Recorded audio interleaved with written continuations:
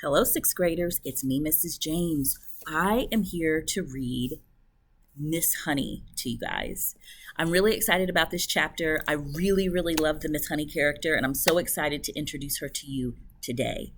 Now, let's turn to page 66 in your book. 66 in your book. Let's get there. Miss Honey is such a beautiful character, and I'm going to ask you later, what type of character is she? Is she flat? Is she round? Is she dynamic? Is she static? Or is she a mixture of both, of two? We'll see. All right, here we go. For me, it's page 60, but for you, it's page 66. This chapter is called Miss Honey.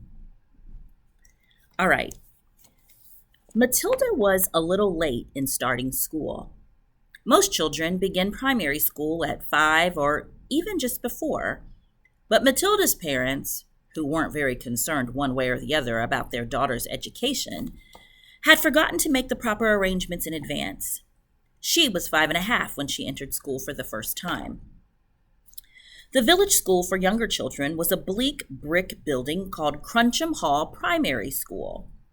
It had about 250 pupils aged from 5 to just under 12 years old. The head teacher, the boss, the supreme commander of this establishment, was a formidable middle-aged lady whose name was Miss Trunchbull. Naturally, Matilda was put in the bottom class where there were 18 other small boys and girls about the same age as her. Their teacher was called Miss Honey, and she could not have been more than 23 or 24. She had a lovely, pale, oval Madonna face with blue eyes, and her hair was light brown. Her body was so slim and fragile, one got the feeling that if she fell over, she would smash into 1,000 pieces like a porcelain figure. Miss Jennifer Honey was a mild and quiet person who never raised her voice and was seldom seen to smile, but there is no doubt she possessed that rare gift for being adored by every small child under her care. She seemed to understand totally the bewilderment and fear that so often overwhelm young children who, for the first time in their lives, are herded into a classroom and told to obey orders. Some curious warmth that was almost tangible shone out of Miss Honey's face when she spoke to a confused and homesick newcomer to the class. Miss Trunchbull, the headmistress, was something else altogether. She was a gigantic holy terror, a fierce, tyrannical monster who frightened the life out of pupils and teachers alike. There was an aura of menace about her, even at a distance, and when she came up close, you could almost feel the dangerous heat radiating from her as from a red, hot rod of metal. When she marched, Miss Trunchbull never walked. She always marched like a stormtrooper, with long strides and arms a-swinging. When she marched along a corridor, you could actually hear her snorting as she went. And if a group of children happened to be in her path, she plowed right on through them like a tank, with small people bouncing off of her to left and right. Thank goodness we don't meet many people like her in this world, although they do exist, and all of us are likely to come across at least one of them in a lifetime. If you ever do, you should behave as you would if you met an enraged rhinoceros out in the bush. Climb up the nearest tree and stay there till it is gone away. This woman, in all her eccentricities and in her appearance, is almost impossible to describe, but I shall make some attempt to do so a little later on. Leave us here for a moment and go back to Matilda and her first day in Miss Honey's class. After the usual business of going through all the names of the children, Miss Honey handed out a brand new exercise book to each pupil. "You have all brought your own pencils, I hope," she said. "Yes, Miss Honey," they chanted. "Good. Now, this is the very first day of school for each one of you. It is the beginning of at least 11 long years of schooling that all of you are going to have to go through. And 6 of those years will be spent right here at Crunchum Hall, where, as you know, your headmistress is Mrs. Trunchbull. Let me, for your own good, tell you something about Miss Trunchbull. She insists upon strict discipline throughout the school, and if you take my advice, you will do your very best to behave yourselves in her presence. Never argue with her. Never answer her back. Always do as she says. If you get on the wrong side of Miss Trunchbull, she can liquidize you like a carrot in a kitchen blender. It's nothing to laugh about, Lavender. Take that grin off of your face. All of you will be wise to remember that Miss Trunchbull deals very, very severely with anyone who gets out of line in this school. Have you got the message? Yes, Miss Honey, chirped 18 eager little voices. I myself, Miss Honey went on, want to help you learn as much as possible while you are in this class. That is because I know it will make things easier for you later on. For example, by the end of this week, I shall expect every one of you to know the 2 times table by heart. And in a year's time, I hope you will know all the multiplication tables up to 12. It will help you enormously if you do. Now then, do any of you happen to have learned the 2 times table already? Matilda put up her hand. She was the only one. Miss Honey looked careful at the tiny girl with the dark hair and round, serious face sitting in the second row. Wonderful, she said. Please stand up and recite as much of it as you can. Matilda stood up and began to say the 2 times table. When she got to twice 12 is 24, she didn't stop. She went straight on with twice 13 is 26, twice 14 is 28, twice 15 is 30, twice 16 is... So that's how they say it. 2 times 16, 2 times 15, 2 times 13. But they say twice 15 is 30, twice 14 is 28, blah, blah, blah, right? Stop, Miss Honey said. She had been listening slightly spellbound to this smooth recital, and now she said, how far can you go? How far? Matilda said. Well, I don't really know, Miss Honey, for quite a long way, I think. Miss Honey took a few moments to let this curious statement sink in. You mean that you could tell me what 2 times 28 is? Yes, Miss Honey. What is it? 56, Miss Honey. What about something much harder, like 2 times 487? Could you tell me that? I think so. Yes, Matilda said. Are you sure? Why, yes, Miss Honey, I'm fairly sure. What is it then? 2 times 487. 974? Matilda said immediately. She spoke quietly and politely and without any sign of showing off. Miss Honey gazed at Matilda with absolute amazement, but when next she spoke, she kept her voice level. That is really splendid, she said. But of course, multiplying by 2 is a lot easier than some of the bigger numbers. What about the other multiplication tables? Do you know any of those?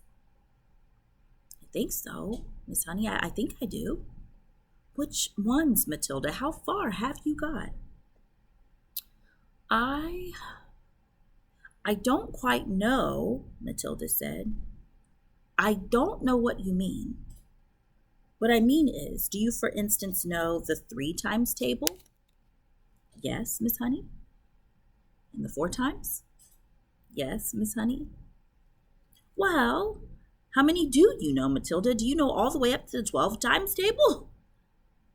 Yes, Miss Honey. What are 12 sevens? She's basically saying, what is 12 times 7? 84. Matilda said. Miss Honey paused and leaned back in her chair behind the plain table that stood in the middle of the floor in front of the class. She was considerably shaken by this exchange, but took care not to show it. She had never come across a 5-year-old before, or indeed a 10-year-old who could multiply with such facility. "I hope the rest of you are listening to this," she said to the class.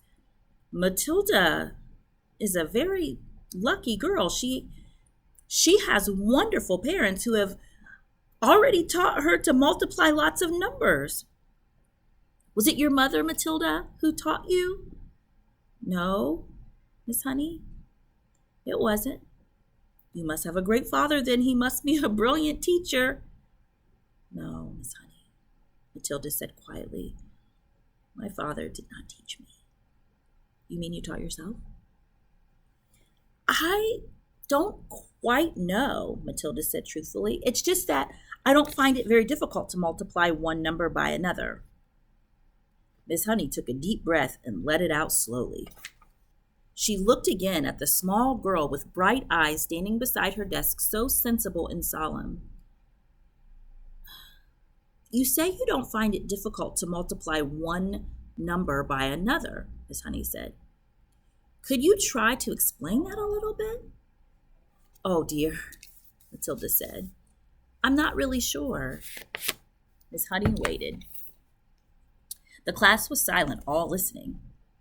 "For instance," Miss Honey said, "if I asked you to multiply 14 by 19. Now, first of all, I can't do any of that in my head, just so that you guys know. If I asked you to multiply 14 by 19, no, that's too difficult. It's 266, Matilda said softly.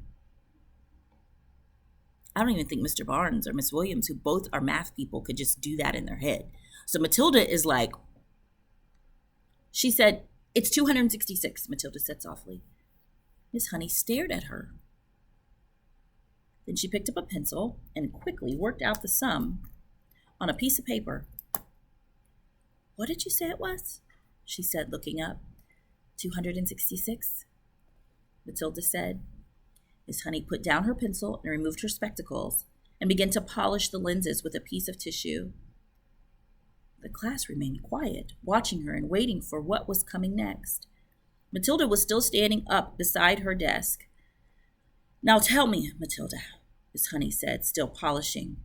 "Try to tell me exactly what goes on inside your head when you get a multiplication like that you do. You obviously have to work it out in some way, but you seem able to arrive at the answer almost instantly. Take the one you've just done, 14 multiplied by 19. I simply put the 14 down in my head and multiply it by 19, Matilda said. I'm afraid I don't know how else to explain it. I've always said to myself that if a little pocket calculator can do it, why shouldn't I?" "Why not indeed?" Miss Honey said. "The human brain is an amazing thing." "I think it's a lot better than a lump of metal," Matilda said. "That's all a calculator is." "How right you are," Miss Honey said. "Pocket calculators are not allowed in this school anyway." Miss Honey was feeling quite quivery. There was no doubt in her mind that she had met a truly extraordinary mathematical brain, and words like genius and prodigy went flitting through her head. Hi. She knew that these sorts of wonders do pop up in the world from time to time. Oh my god, I interrupted your video. You did. Oh my gosh, I'm so sorry. You're not. You're not sorry. No, I am. Oh my gosh, we done. It's okay. Trust me. That? I mean, Yeah. it's okay. You looked cute in it. She knew that these sorts of wonders do pop in the world from time to time, but only once or twice in 100 years. After all, Mozart was only 5 when he started composing for the piano, and look what happened to him. "It's not fair," Lavender said. "How can she do it and we can't?" "Don't worry, Lavender. You'll soon catch up," Miss Honey said, lying through her teeth. At this point, Miss Honey could not resist the temptation of exploring still further the mind of this astonishing child. She knew that she ought to be paying some attention to the rest of the class, but she was altogether too excited to let the matter rest. "Well," she said, pretending to address the whole class, "let us leave sums for the moment and see if any of you have begun to learn to spell. Hands up, anyone who can spell cat." 3 hands went up.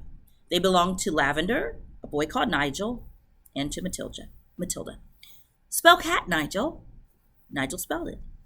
Miss Honey now decided to ask a question that normally she would not have dreamed of asking the class on the first day. "I wonder," she said, "whether any of you 3 who know how to spell cat have learned how to read a whole group of words when they are strung together in a sentence." "I have," Nigel said. "So have I," Lavender said.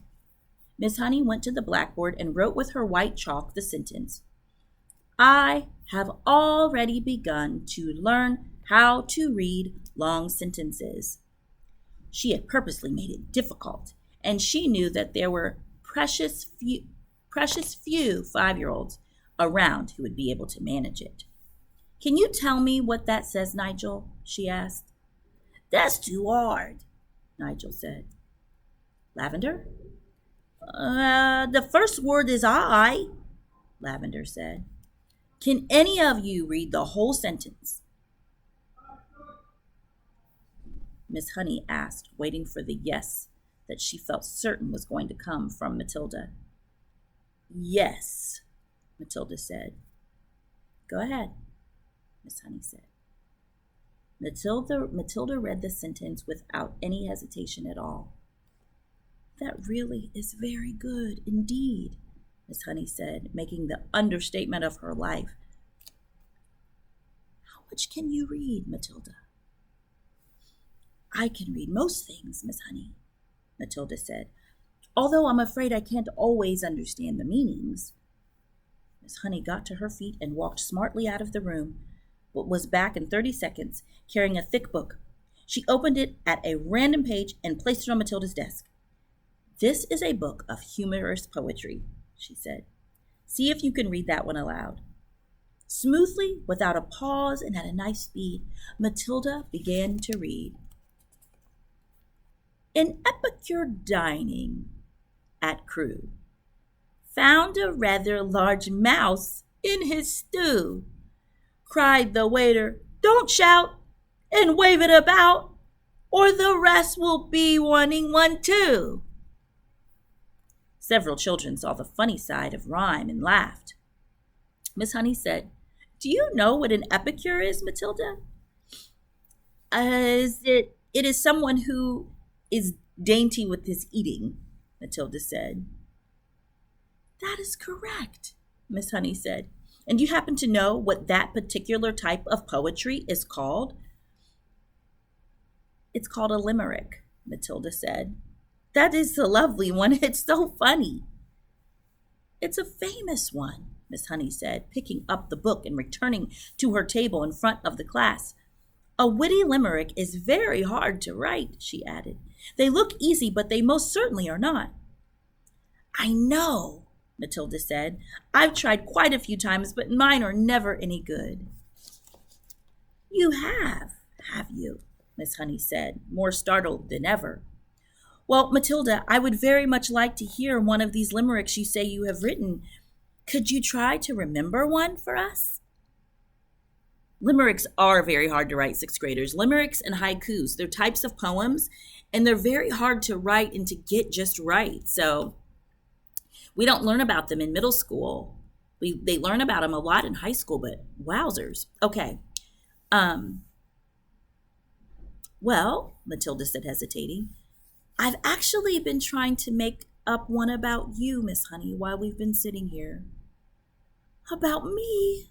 Miss Honey cried. Oh, Miss Honey's such a teacher. We get so excited and happy when our students give us these little things that they make for us. Here's one that I got just Friday. Look at these beautiful notes. I love them so much. We get so excited. It's like, about me. It's for me. I always hang up all my stuff. Um, well, we've certainly got to hear that one, haven't we? I don't think I want to say it, Miss Honey. Please tell it, Miss Honey said. I promise I won't mind. I think you will, Miss Honey, because I have to use your first name to make things rhyme, and that's why I don't want to say it. Yeah, teachers, we don't play that, calling us our first name. I saw one of my teachers out. This was a couple years ago, and I went to Centennial High School. Did you guys know that I went to Centennial? So I went to Centennial, and my teacher there was named Miss Crombie. And so in high school, my name is Rashawn. Of course, all my friends in high school called me Shawnee. And so when she saw me, she's like, Shawnee, oh my gosh, I can't call you Shawnee. I must call you Miss James. I was like, no, you will never call me Miss James. I'm always Shawnee to you. So I gave her a hug. And when I was leaving, I was like, I was asking her some questions like, well, Miss Crombie, can you blah, blah, blah. She was like, call me Kristen or call me Chris. I was like, you're insane. I will never be able to call you. Can you guys imagine calling me Rashawn in the streets? Don't you ever. If you see me at a game or if you're famous and you are shouting me out on your TikTok, do not ever think you can call me Rashawn. Sorry, I got a little. Calm down, Miss James. All right. Okay. So she's showing this respect. All right. Where am I at? Help me, Lord. Lord, help me. Where am I? Oh, yeah. I think you will, Miss Honey, because I have to use your first name to make things rhyme, and that's why I don't want to say it. How do you know my first name? Miss Honey asked. I heard another teacher calling you by it just before we came in, Matilda said. She called you Jenny. I insist upon hearing this limerick, Miss Honey said, smiling one of her rare smiles. Stand up and recite it. Reluctantly, Matilda stood up and very slowly, very nervously, she recited her limerick.